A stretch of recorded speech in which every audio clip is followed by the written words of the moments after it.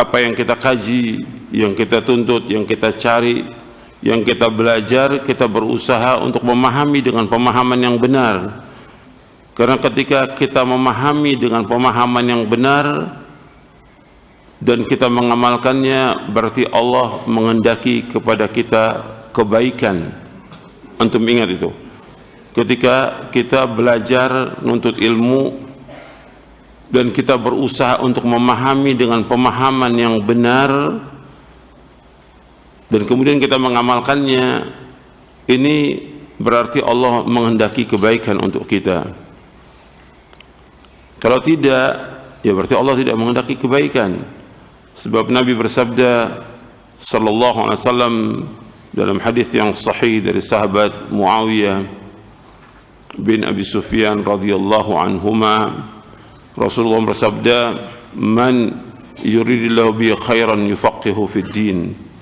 Man yuridillahu bi khairan yufaqihu fid din. Barang siapa yang Allah kehendaki kebaikan padanya, maka Allah akan memberikan pemahaman dia tentang agama. Jadi kalau Allah menghendaki seorang kebaikan, diberikan dia pemahaman tentang agama, maka kita harus berusaha bagaimana memahami dengan pemahaman yang benar. Kemudian kita berusaha untuk mengamalkannya. Pernah juga saya sampaikan penjelasan Al-Imam Ibnu Qayyim Al-Jauziyah di dalam kitabnya I'lamul Muwaqqi'in di juz yang pertama, bahwa beliau mengatakan bahwasanya tonggak agama Islam dibangun di atas dua tonggak. Yang pertama husnul fahm, yang kedua husnul qasd. Yang pertama husnul faham, artinya pemahaman yang benar, pemahaman yang baik. Yang kedua husnul qasd, artinya niat yang benar. Husnul qasd artinya niat yang benar. Ini harus kita pahami, bahwa kita harus betul-betul memahami dengan benar, kemudian kita mengerjakan semua itu dengan ikhlas karena Allah SWT. Harus punya tujuan juga yang benar. Itu dua tonggak Islam.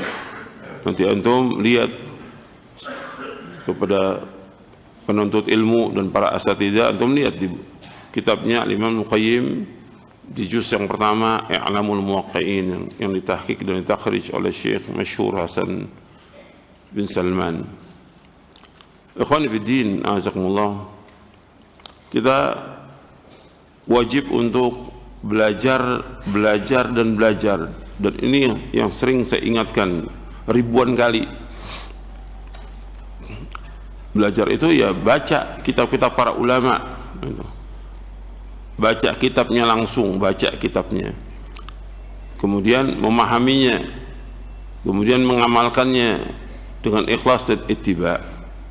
Kita masih diberikan oleh Allah Subhanahu wa ta'ala kesempatan, dikasih oleh Allah umur. Nah, kita jaga tuh kesempatan umur kita untuk mendapatkan ilmu yang bermanfaat. Sebagaimana yang setiap hari kita berdoa kepada Allah, Allahumma inni as'aluka ilman nafi'a wa rizqan thayyiba wa amalan mutaqabbala.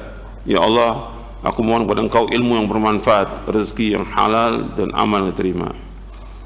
Dan terus melakukan amal-amal saleh dengan ikhlas dan ittiba. Karena yang Allah akan nilai kepada kita yaitu dari amal-amal yang kita lakukan itu ikhlas atau tidak, sesuai dengan contoh Nabi atau tidak. Dan kita lakukan terus sampai di akhir hayat kita, karena yang Allah nilai itu di akhir dari kehidupan kita, bukan di awalnya, di akhirnya. Bagaimana kita mengamalkan agama ini?